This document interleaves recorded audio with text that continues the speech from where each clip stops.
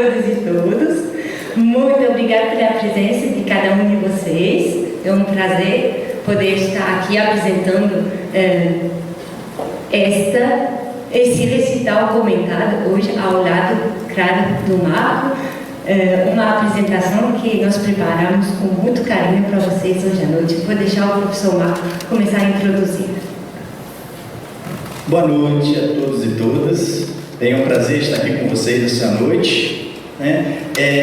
Nós pensamos em fazer essa apresentação com o intuito, primeiramente, de fazer uma certa prestação de contas. A gente vai fazer uma coisa um pouco mais descontraída, a gente decidiu conversar com vocês, pois é uma prestação de contas e mostrar o panorama atual das nossas pesquisas.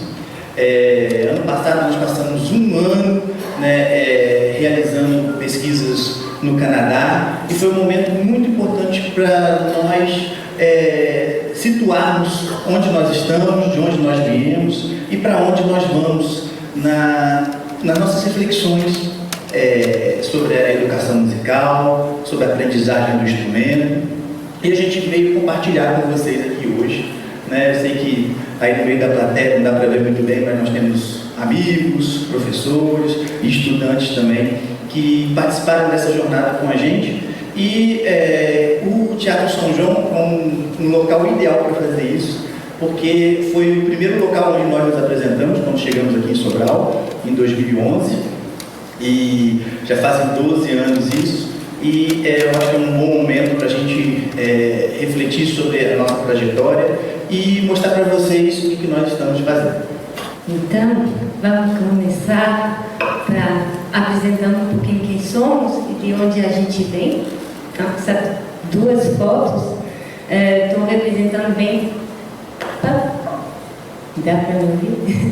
Dá para mostrar bem de onde a gente vem. Na verdade, somos cada um de um país diferente, como a maioria deve saber aqui. Eu, Adeline, francesa, eu estou aqui há 12 anos, nessa maravilhosa cidade de Sobral.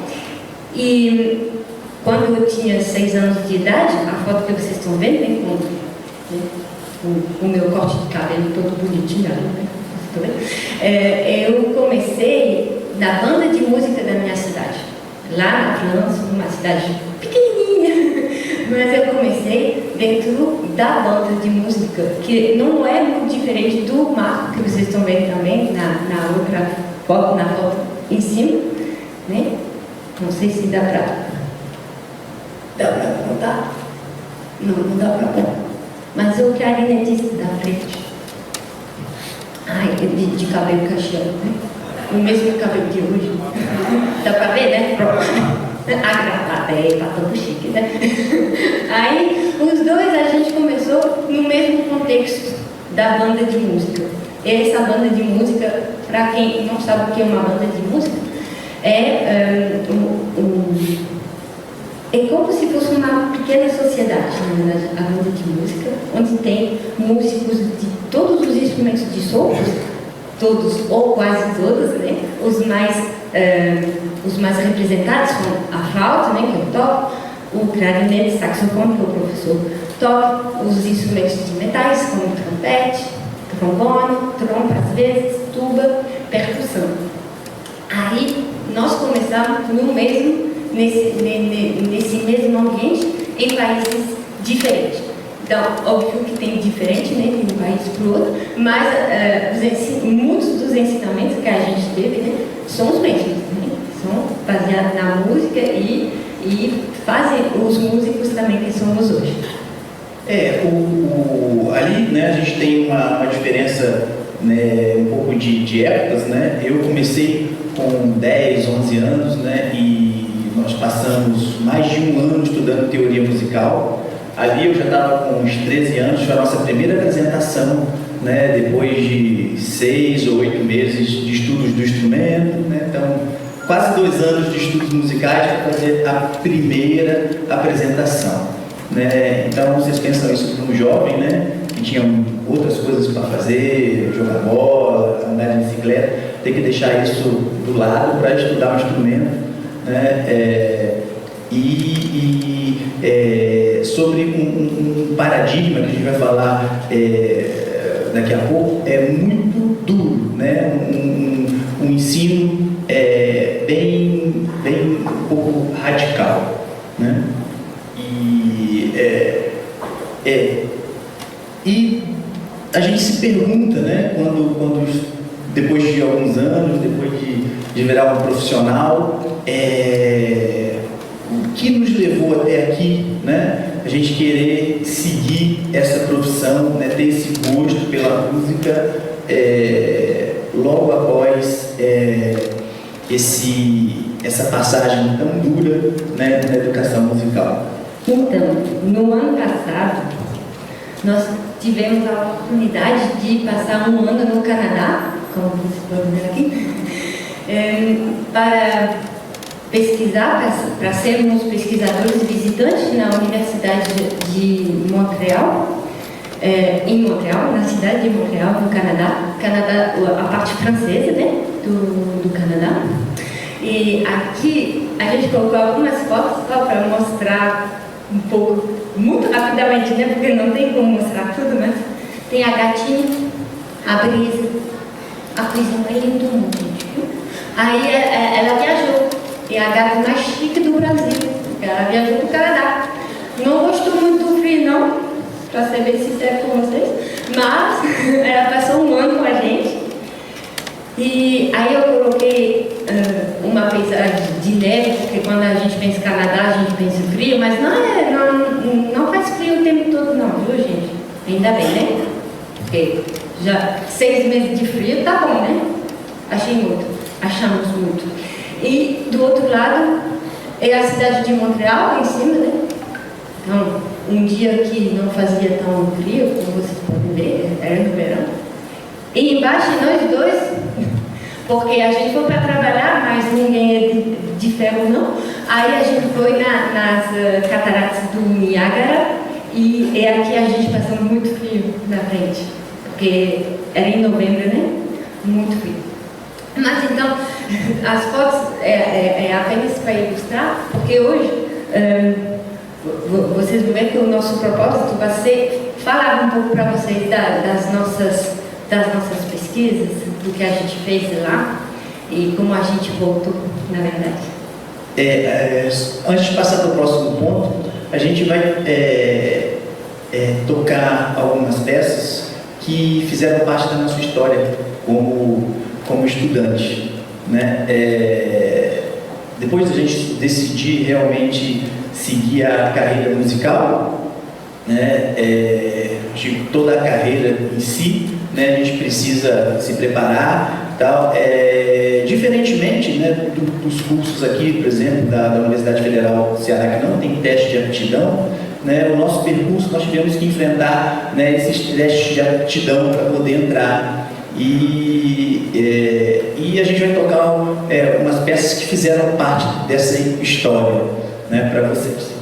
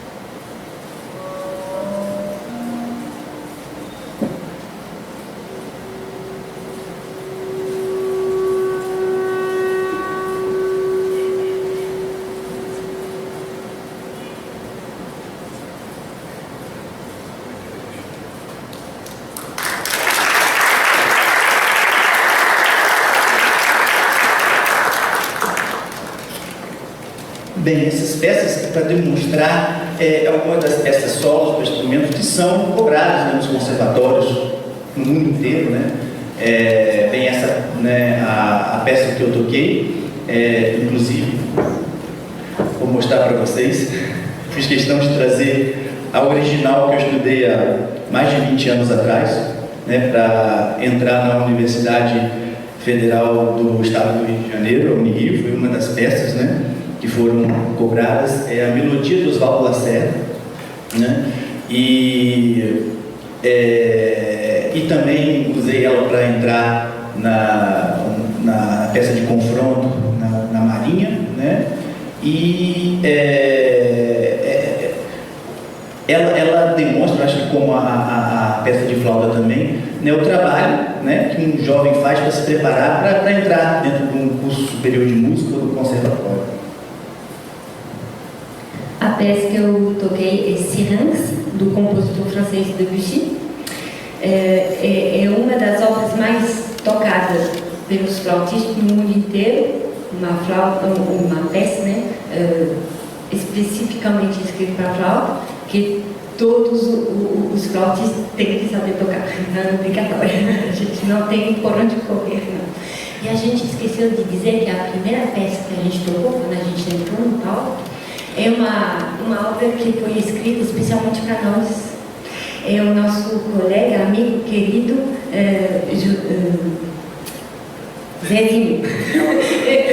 Eu não sabia se eu falava o nome real dele ou se eu falo o nome que a gente chama. Mas para nós é o Zezinho, o José Álvaro Lemos. Eu não sei se ele está aqui hoje, mas se ele não está, alguém vai repassar para ele que a gente lembrou dele, sim, e que a gente sempre toca essa música, que nós gostamos muito. Ele mesmo disse que essa música é a cara da gente. Aí eu não sei, são vocês que vão poder dizer, mas ele escreveu justamente pensando em nós. Quando a gente estuda sobre essa preparação, né, para se entrar numa universidade, um superior de música que demanda esse teste de aptidão, a gente se questionou, né, como que a gente, né, conseguiu, ao meio de tantos outros que tentaram, e a resposta que parecia um pouco complexa, né, graças às pesquisas, né, atuais, a gente consegue alguma sobriedade para falar sobre isso, né? Os estudos mostram que um instrumentista precisa de mais ou menos de 10 anos para poder estar nesse nível, né, de passar por um concurso desse tipo, né? Mas não é só o tempo, os 10 anos. Os estudos mostram que outros fatores que são o que estudar, como estudar, são muito importantes.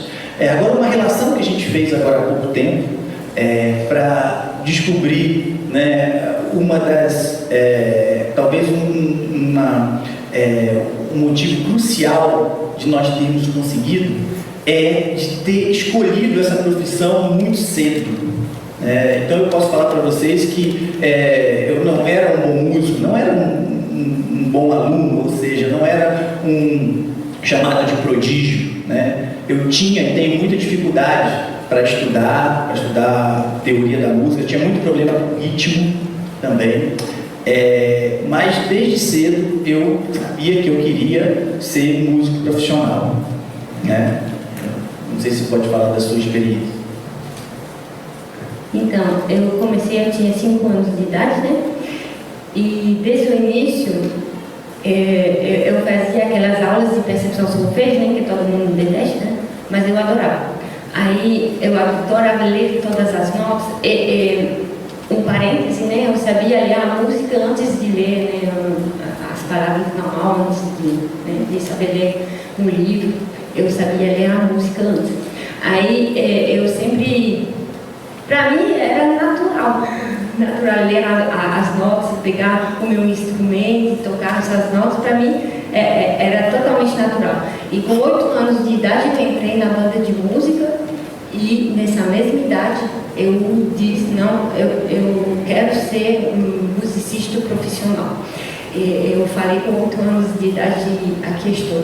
E era realmente algo que eu gostava muito. Eu ia para a escola, né? Quando eu voltava da escola, eu tinha que fazer os deveres de casa.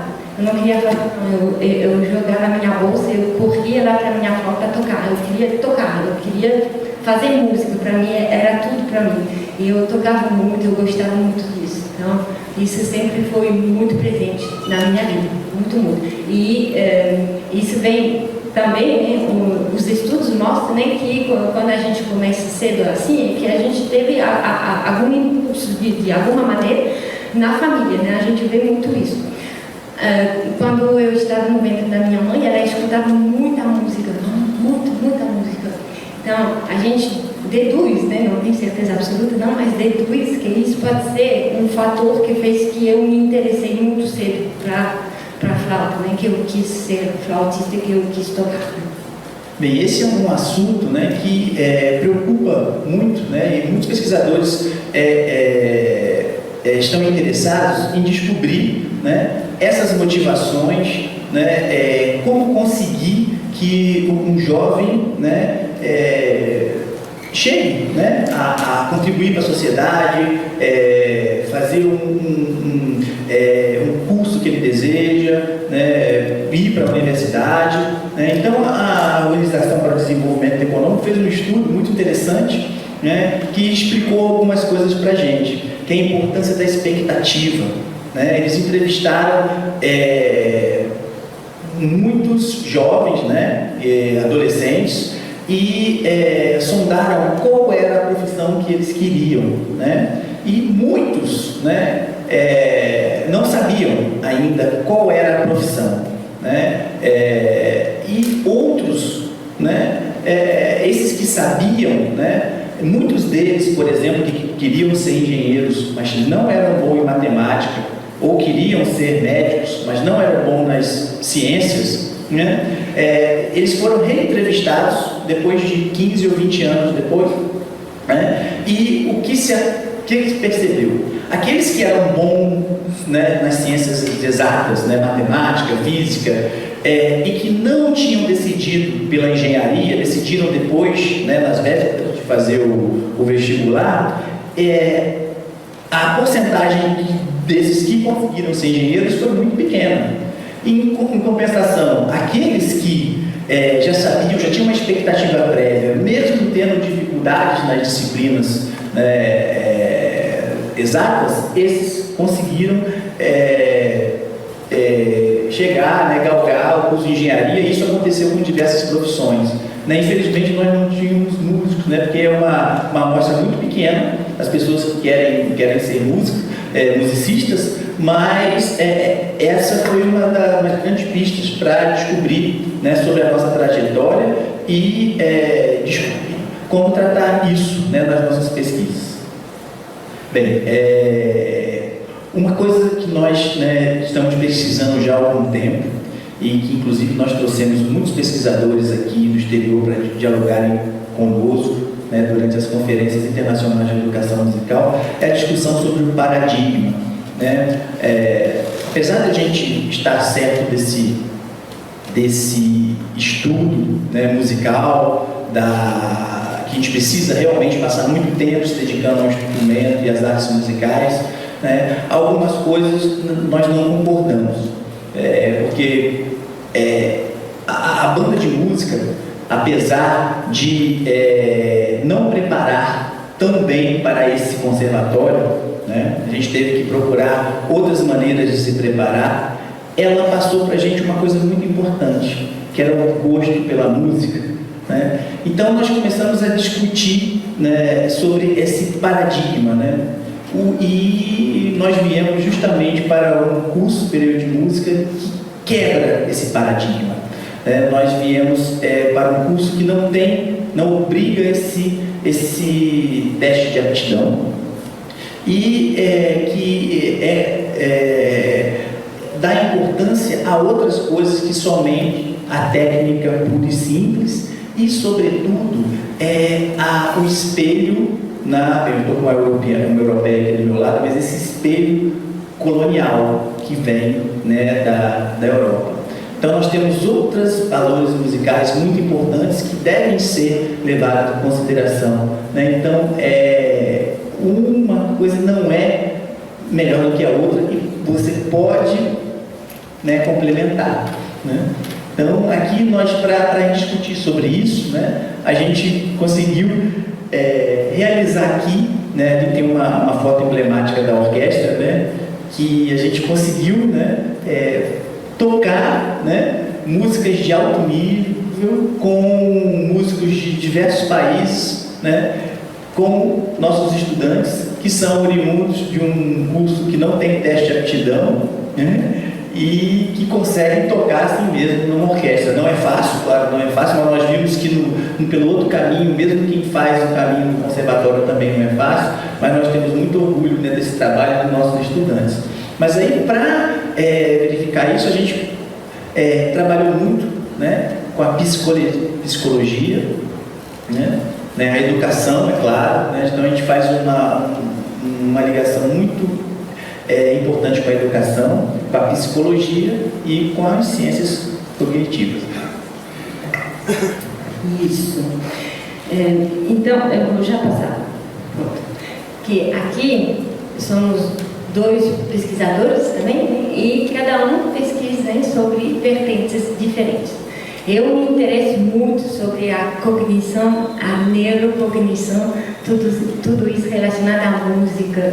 Eu me interesso a saber como é que a gente trata as informações musicais, como elas estão sendo tratadas, como o nosso cérebro, né, ele trata essas informações. E, por o meu lado, né, é mais desse lado da neurociência, e o lado do Marco é mais da aprendizagem autorregulada. Então, ele está mais do lado da didática, da pedagogia mesmo, do ensino e tudo mais. Ele vai falar melhor do que eu não sei onde ele está. Ele está aqui. Achei. Então, ele vai falar melhor.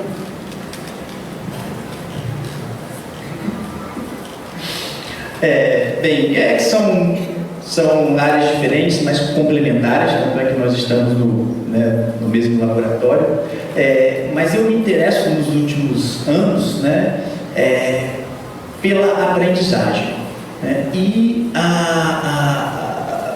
como aprender música, né, claro que como aprender a tocar instrumento. Isso partiu, né, da minha própria reflexão sobre mim mesmo e uma contribuição muito grande dos meus estudantes.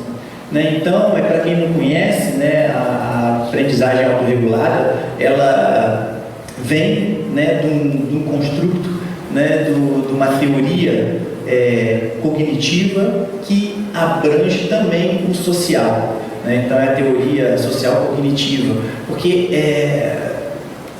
a gente percebeu que o indivíduo é muito importante, né, a sua reflexão, né? Tanto é que eu passei anos junto com o meu grupo de pesquisa a trabalhar, né, sobre a metacognição, que é uma reflexão do indivíduo, como ele aprende, né, o aprender a aprender, mas nós vimos que também os aspectos mais amplos disso, né, o aspecto social, a situação de aprendizagem e o contexto, ele é muito importante. Então, agora a gente vai entrar um pouquinho mais dentro desses assuntos, de cada um dos nossos assuntos. Então, eu vou começar a falar um pouco para vocês. Vocês estão vendo aqui que está escrito campo cognitivo, FSSG e comunicação eye tracker. Eu já vou explicar. Então, cognição, tudo que está atrelado a conhecimento, né? Que tem a ver com o conhecimento, neurocognição, então o conhecimento, como esse conhecimento ele está sendo tratado pelo nosso cérebro, como funciona, né, dentro do nosso cérebro. Aí, em 2022, como eu disse para vocês, a gente estava no Canadá, eu tive a oportunidade de trabalhar no BRAMS, que é o laboratório de pesquisa sobre cérebro, música e som, sons no plural, na verdade. E nesse laboratório tem as instalações maravilhosas que vocês estão vendo aí. Tem o professor Marco e eu servindo de cobaia para os nossos colegas, né, do laboratório. Então, a gente está com o EEG na cabeça, para ajudar os nossos colegas do grupo de pesquisa que a gente participou. Vocês estão vendo embaixo, a imagem do meio, embaixo, é um domo enorme, assim, é muito grande, com caixinha de som, um monte de caixinha de som. E a pessoa senta no meio e a gente coloca na frente dessa pessoa, pode colocar o EEG, pode colocar uma etnia, depende do que a gente quer, né, observar, e coloca sons diferentes em diferentes lugares para ver quais são os setores do cérebro que vão se ativar em função dos lugares onde o som vai aparecer. Tem muitas coisas para fazer com esse tipo de dispositivo. Embaixo, mais na direita de vocês, é o FNIS, que eu vou falar mais um pouquinho daqui a pouco. E em cima da imagem do FNIS é um laboratório. É uma cabina, na verdade, onde a pessoa vai ficar com esses aparelhos na cabeça e fora tem um pesquisador, uma pesquisadora que está com o computador do lado de fora e que consegue monitorar o que está acontecendo dentro da cabine. Então tem toda uma estrutura maravilhosa. Inclusive tinha alguns dessas cabines onde tem piano, onde tem caixa de som, e a gente usava, né, esses espaços para estudar, para continuar a manter o nosso nível instrumental. Então, e para poder tocar, por exemplo, hoje, né? Então, foi um ano de pesquisa, mas também a gente continua a manter a nossa prática instrumental, porque é muito importante. É igual um esportista de alto nível, né? Ele não pode parar de ser maratonista, por exemplo, não pode parar de correr de um dia para o outro, senão vai perder, né, as habilidades. Então, para nós é a mesma coisa, a gente tem que continuar treinando. Então, eu tive a honra e o privilégio de trabalhar com a Isabel Peretz, que é um grande nome da neurocognição em música no mundo inteiro, muito reconhecida. Eu já posso dar um spoiler aqui, se dá tudo certo, né? Vai dar tudo certo, né?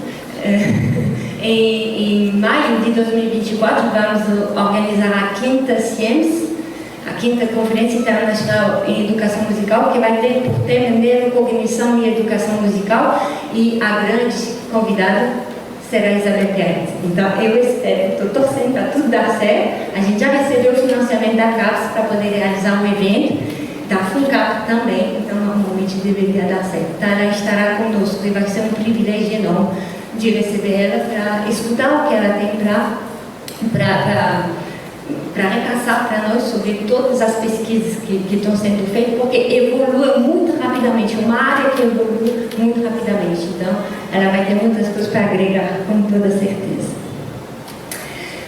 E aqui vamos chegar numa parte bem interessante, que eu já vou chamar no palco os meus bolsistas, a Emily, o Matheus e o Rafael, que foi ex-bolsista meu, minha gente.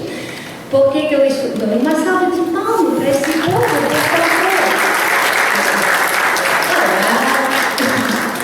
Aí, porque...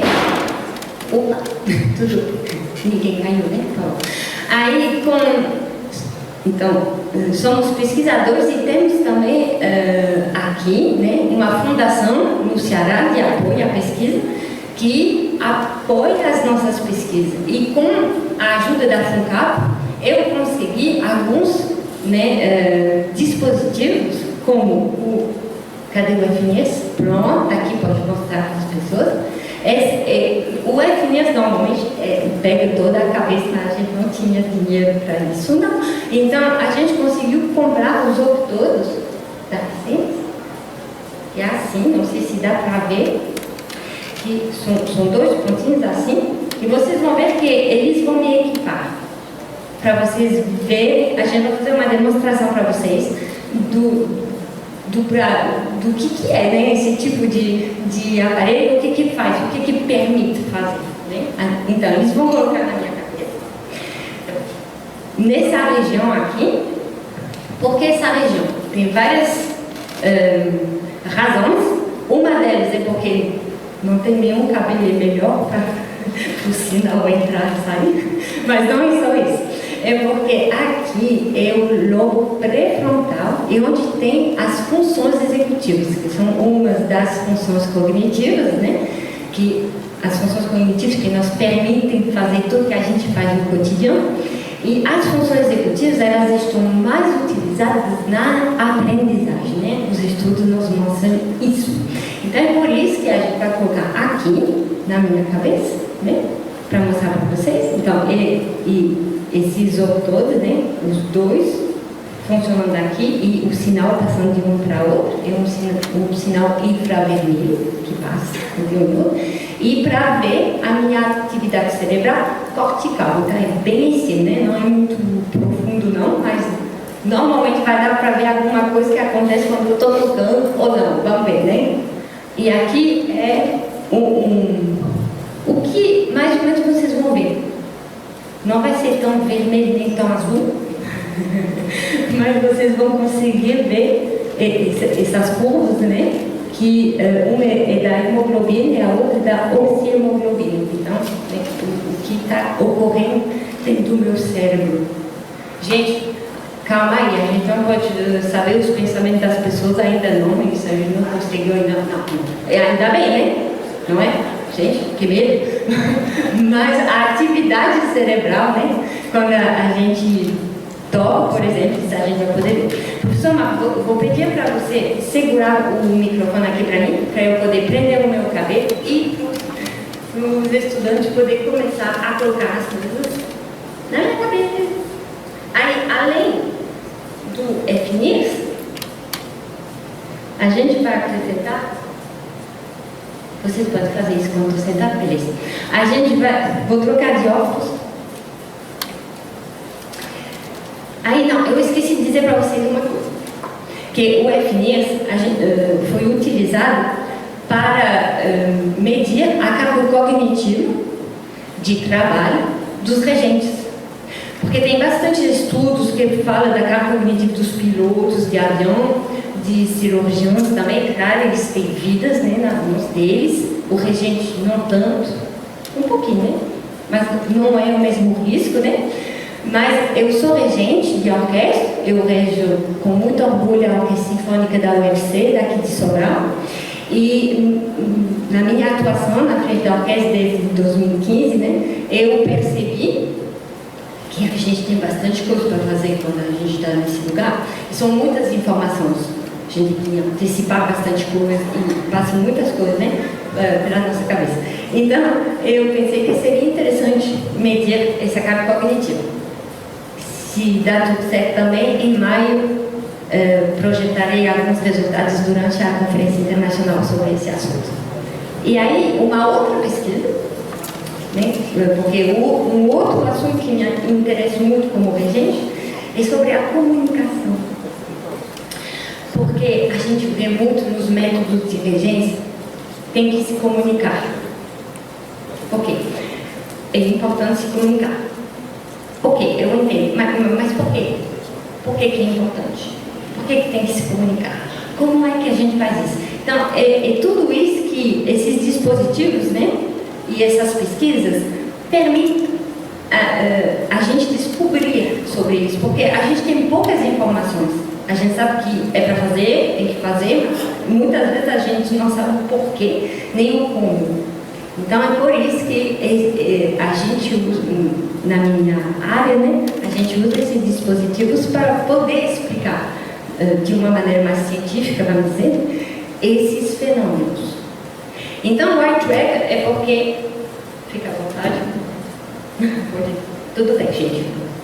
Aí o eye tracker é para justamente observar a comunicação do regente, mais especificamente onde o regente ele olha, quando ele olha, por que ele olha ali, por que ele faz isso, para a gente, num futuro não tão longe, eu espero, vamos ver, poder juntar esses dados e fazer uma tipologia dos gestos do regente. Aí não é uma tipologia para dizer tem que fazer isso, tem que fazer aquilo, não. É para dizer pode fazer isso e vai dar esse resultado, pode fazer isso que dá nisso. Então, uma tipologia realmente de todos os gestos. Então, a gente vai começar com o olhar, mas depois a gente vai ver o gesto dos braços, a gente vai ver o corpo, tudo, as expressões faciais, também a fala, né, que também é um meio de comunicação. Então a gente vai, isso é um trabalho de longo prazo. Peraí, que tem muitos cabos do mesmo lugar aqui, para cada lado. Eu estou enxergando de novo. Não, aí sim, o bom desses óculos é que a gente pode colocar as lentes. Pronto, aí vocês já estão vendo que tem muita atividade por aí. E eu estou fazendo muita coisa, não, só conversando com vocês. Então vamos ver quando eu vou tocar. Dá para ver onde que eu estou olhando também. Ó, vou olhar para vocês. Ó, estou olhando para você. Minha amiga, tudo bem? Aí eu vou olhar para lá, tá bom? Vocês estão vendo? Eu vou voltar para a orelha, olhar para cá. Olhar para cima. Olhar para baixo. Perceberam? Então, os meus olhos não têm mais nenhum segredo por vocês. Vocês vão saber onde que eu vou olhar. E vocês também vão ver a atividade que vai acontecer quando eu vou tocar com o professor Marco. A gente vai tocar o choro número 2 de Vila Lobos, uma peça que a gente já toca há um bom tempo, uma peça que demanda uma certa carga cognitiva, também para vocês poderem ver. Caiu! Cuidado! Quebrou não? Pelo amor de Deus. Uma certa carga cognitiva que vocês vão poder ver quando eu vou tocar.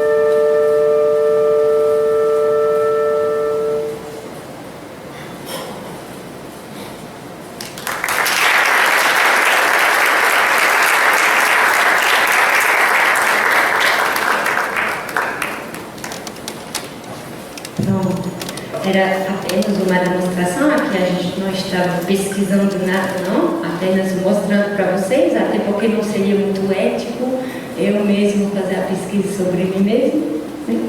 Então era apenas uma demonstração. Aí apareceu mesmo que a mesma coisa que apareceu quando eu estava tocando, vocês vocês estão vendo, né, esses círculos aí, então eles apontam onde a pessoa está olhando. Então vocês estavam provavelmente vendo tudo que eu estava olhando nesse momento.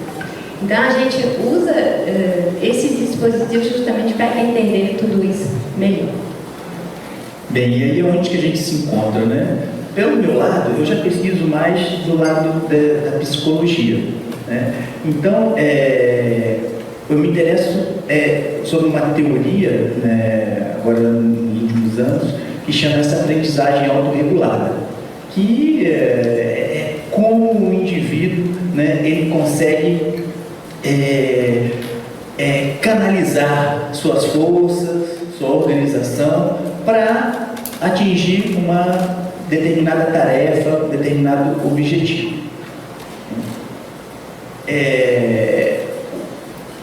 Nas revisões de literatura, as pessoas que usam essa teoria para a música, né, como eu estava falando há algum tempo agora atrás, né, eles não identificam, né, esses fatores sociais, esse contexto. Né? Então, a maioria dos pesquisadores, ou todos os pesquisadores, né, que a gente analisou, não levam isso em consideração nessa teoria. E essa teoria, como falei antes, ela vem de uma teoria social cognitiva. Né? E por que esses pesquisadores não levam isso em consideração? Então, inclusive foi o que nos motivou aí também para o Canadá, né? Tem um grupo de pesquisadores que utilizam essa teoria de uma forma mais ampla, justamente analisando esse contexto e a influência social. Dentre eles, eu identifiquei a professora Sylvie Cartier, né? Ela, bem, e um deles é da música, né? Ela é educação e trabalha sobre a aprendizagem da língua francesa, né? E ela desenvolveu um construto teórico, né? Uma teoria para explicar essa aprendizagem autorregulada, né? na língua francesa. E isso aí foi o meu trabalho, né? Durante um ano lá, de fazer uma transposição desse modelo para a aprendizagem musical, né? Um modelo ainda teórico, ainda inexistente, que utilize essa aprendizagem autorregulada, mas de forma mais ampla, justamente levando em consideração o contexto. Né? E também, né, colocando nesse contexto, né, uma discussão que uma grande pesquisadora internacional também, a professora Susana Bill, que hoje está trabalhando em Londres, né, canadense, mas que trabalha em Londres, que inclusive já veio aqui várias vezes, né, ela desenvolveu justamente uma teoria sobre um engajamento musical transformativo. Nessa teoria, ela analisa de forma ampla e inclui as mudanças do século XXI nesse contexto. Então, né, além de abarcar, né, essa situação de aprendizagem ampla, como é o caso das bandas de música, como é o caso, né, dos pais, do aluno, a influência dos pais, a influência dos amigos, a gente leva em consideração também a tecnologia, né, aquele aprendiz de música que aprende sozinho na internet e que se grava e que posta o vídeo de tocando todos os instrumentos, né, uma orquestra inteira, ele sozinho. Então a gente leva isso em consideração também nesse modelo.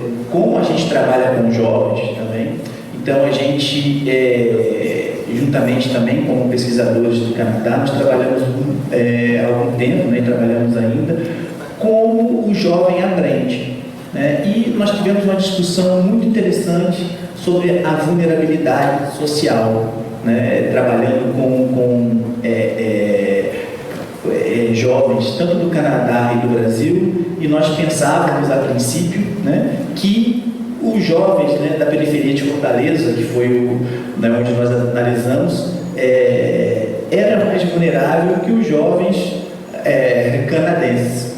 Né? E nós acabamos descobrindo, né, através da pesquisa, né, do professor Castelli, que a vulnerabilidade social dos jovens ela é inerente à juventude. Então, colocamos aqui um gráfico que é um resumo dessa teoria de Castelli, que fala sobre, né, aonde está localizado o jovem, né, nessa zona social. É justamente todo aquele que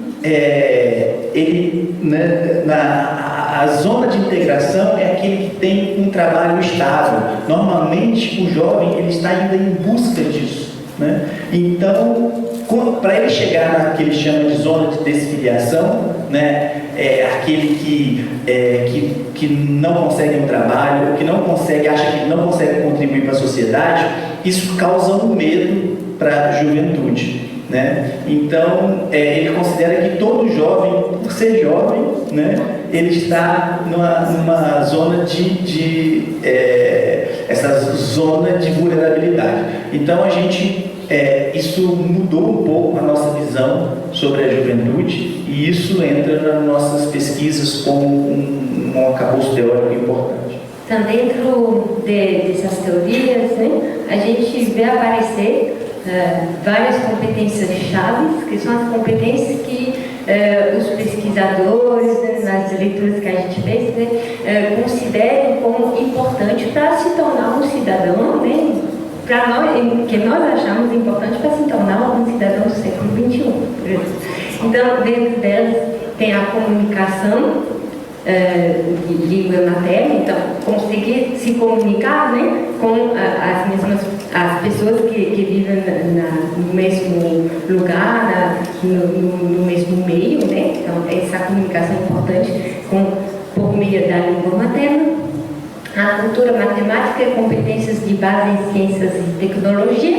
Aí, porque isso? Muitas vezes a gente pergunta, né, na escola, por que eu tenho que estudar matemática, essas coisas, chatas, de tecnologia, não sei o quê.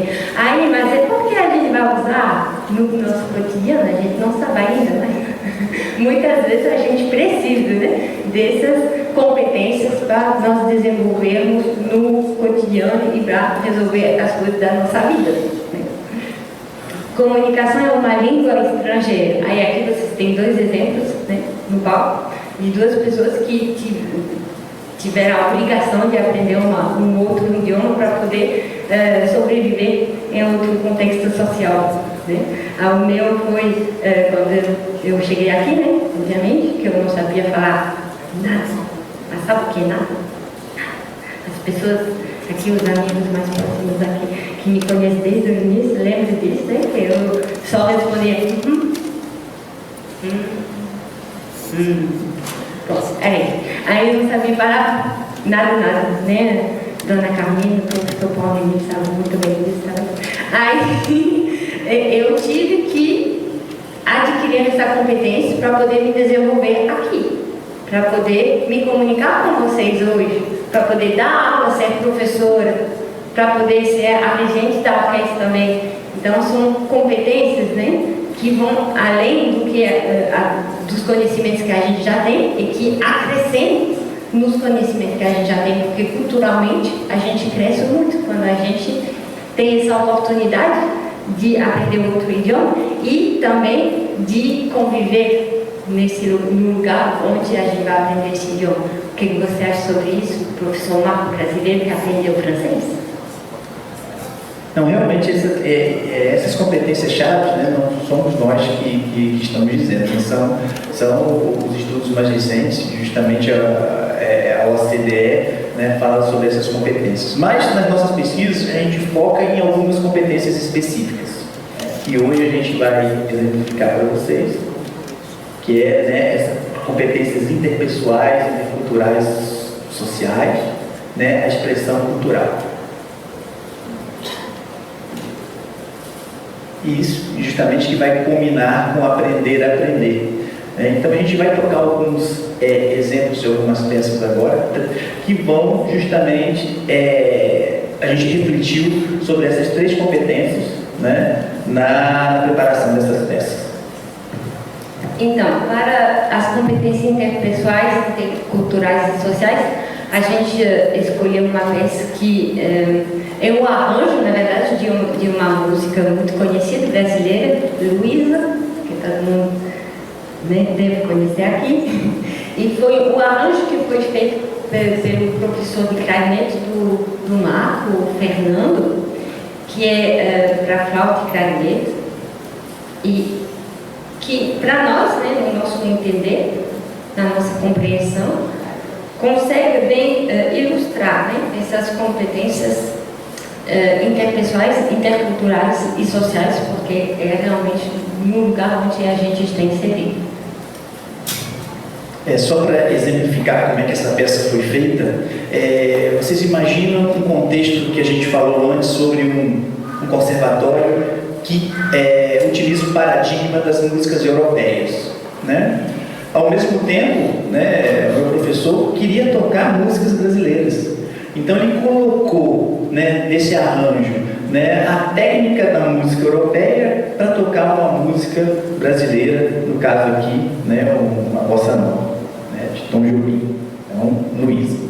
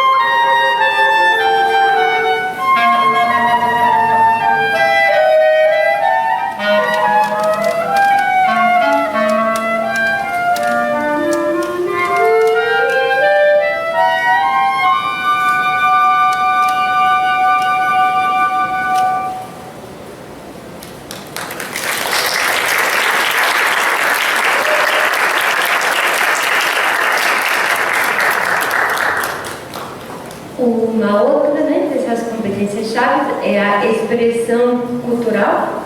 Então, quando a gente estava no Canadá, eu disse para vocês, né, que a gente estava continuando a estudar os nossos instrumentos, né, para não perder as nossas competências. Né?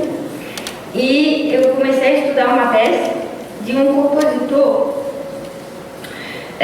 que é da Irlanda, né, que é o Herman Vifting, que escreve muito para flautas mesmo. Ele tem muito trios, quartetos, para flautim, que faz parte da família das flautas transversais, que é a metade do tamanho da outra flauta. Então, vocês vão ver o timbre dele, ele soa bem agudinho. Então, para flautim, flauta em sol, flauta baixo.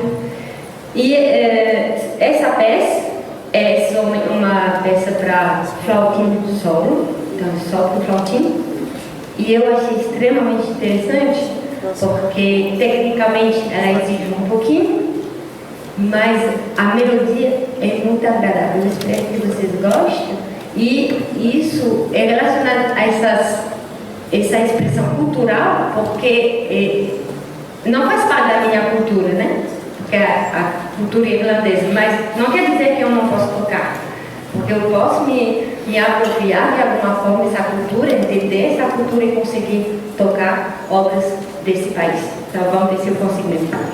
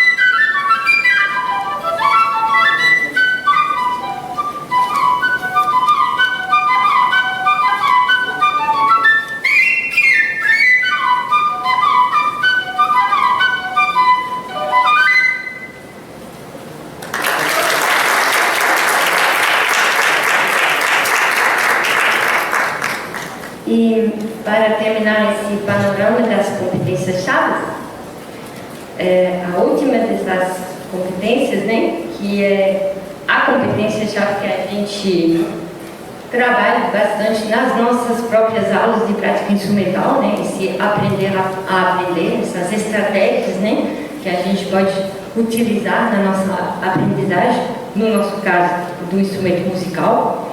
E é o professor Marco que vai cuidar dessa competência agora. Bem, o saxofone erudito é uma coisa pouco comum, né, nos estudos aqui do saxofone, aqui no Brasil, quanto em outros países também. Né? Quando eu fui estudar na França, o saxofone erudito me encantou muito.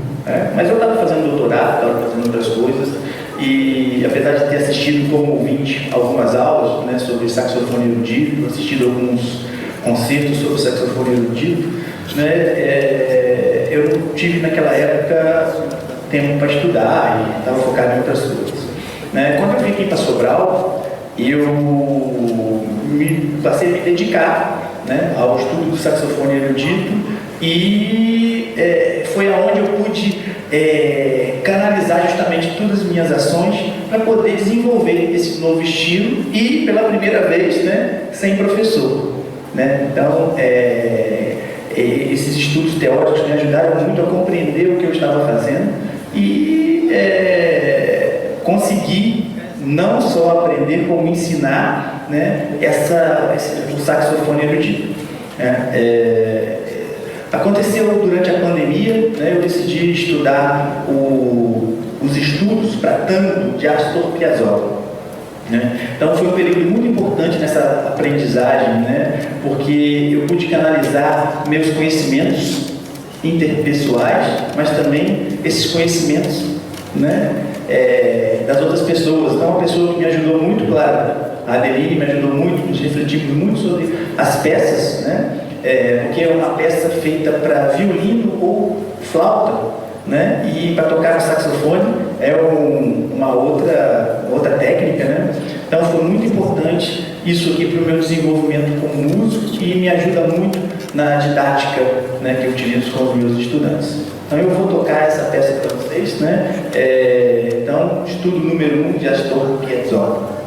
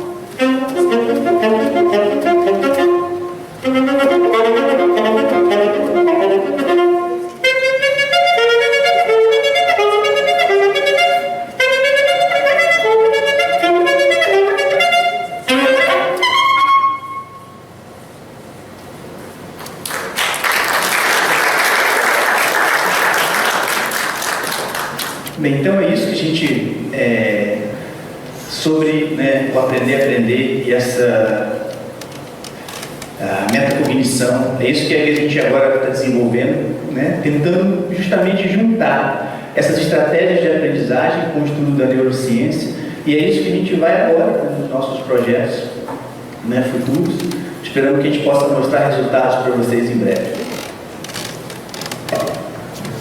Então, gente, chegamos no final da nossa apresentação. Agradecemos muito pela presença de vocês, mas, claro, a gente não vai terminar sem tocar mais alguma coisa para vocês. Então, deixa eu colocar o último diapositivo, né, porque eu fiz, então tá tudo bem. Aí, a última música, acho que eu não vou dizer o que é, porque eu acho que as pessoas vão reconhecer, não vão? Aí a gente vai agradecer. Pronto, eu marco que vai fazer os agradecimentos. Mas, já que eu estou com o microfone, agradecer cada um de vocês que estão aqui, eu consigo conseguir ver alguns dos rostos, obrigada por colocar melhor, alguns rostos familiares, os amigos, o Vicente, a Arieta, a Kátia, o Cristiano, o Paulinho, o Carmida, o Ricardo, quem mais? Tá difícil ver todo mundo. Pronto, peraí, vou levantar. O Will, o Rian, o Tilbury, os queridos aqui da orquestra, os estudantes, alguns estudantes que eu estou vendo aqui, o João Marcos que está aqui. Gente, que bom ter vocês aqui. O Gabriel também lá, a Amanda também. Gente, muito obrigada pela presença de vocês. Os agradecimentos mais oficiais, o Eliel aqui, Davi também. Aí também os meus queridos bolsistas que estavam hoje à noite conosco, o Matheus, o Rafael, ex-bolsista, mas que ainda está sempre com a gente, e a Emily. E aí os agradecimentos mais oficiais eu vou deixar por lá. Agradecer também os meus bolsistas que estão aqui presentes, né? A Thaís, o Davi, e outros que não estão presentes agora, né? Mas que trabalham juntos, não só os que são bolsistas de iniciação científica atuais, né? Os antigos também, são mais de 10 anos que nós temos bolsistas de iniciação científica trabalhando com a gente, né? Aqui hoje, né, está a Thaís e o Mário, mas, por exemplo, os Douglas, né? Nós temos dois Douglas aqui, Douglas Freitas e Douglas Araújo, que está cuidando do som, o outro das fotos, foram bolsistas de iniciação científica também, no curso de música, né? E nós temos ainda o Mário, a Fabiana, mais quem? A Alícia, estou esquecendo alguém, mas Luca e Ilcas, é Ilcas com L mesmo, né? E interessante dizer que nós temos muitos da música, mas, por exemplo, esses bolsistas que você viram no palco aqui são da medicina e da ciência, engenharia da computação, né?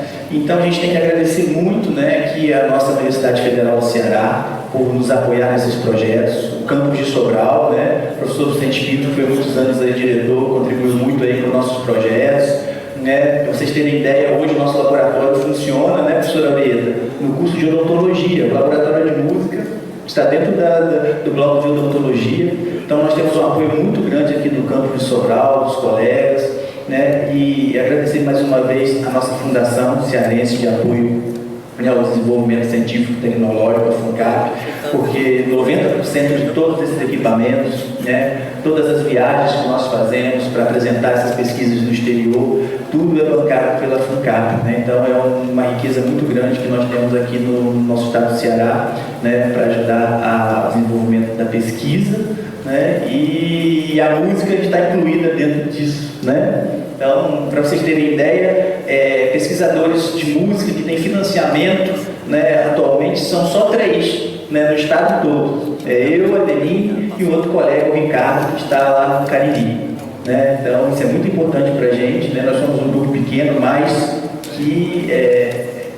né? Então, agradecendo aqui, é uma honra para a gente estar tocando aqui, né, no teatro. A gente sempre vem aqui com grandes grupos, né, orquestra, euroorquestria, mas a gente não tem muita oportunidade de tocar só nós dois, né? Então, para esse público seleto aqui, então eu queria muito agradecer o pessoal do teatro, a gente tem muito carinho, né? Então, o Felipe e no som, o Maicon na luz, nós temos a Adriana, a Dona Osanda, a Noélia, o Sebastião no som também, né? A Adriana, a Dona Osanda e a Noélia fazem sempre um cafezinho para mim aqui, né? Sempre que eu venho aqui tem um cafezinho pronto, eu venho aqui, né? E agradecer a diretora, né, a Dayana, né? E agradecer também a Escola de Música, nossa parceira, né, na pessoa aí do diretor, Diego Melo, né, do coordenador pedagógico, do Kelvin também, que sempre apoiam nossos projetos musicais. Então é isso, então vamos terminar aqui.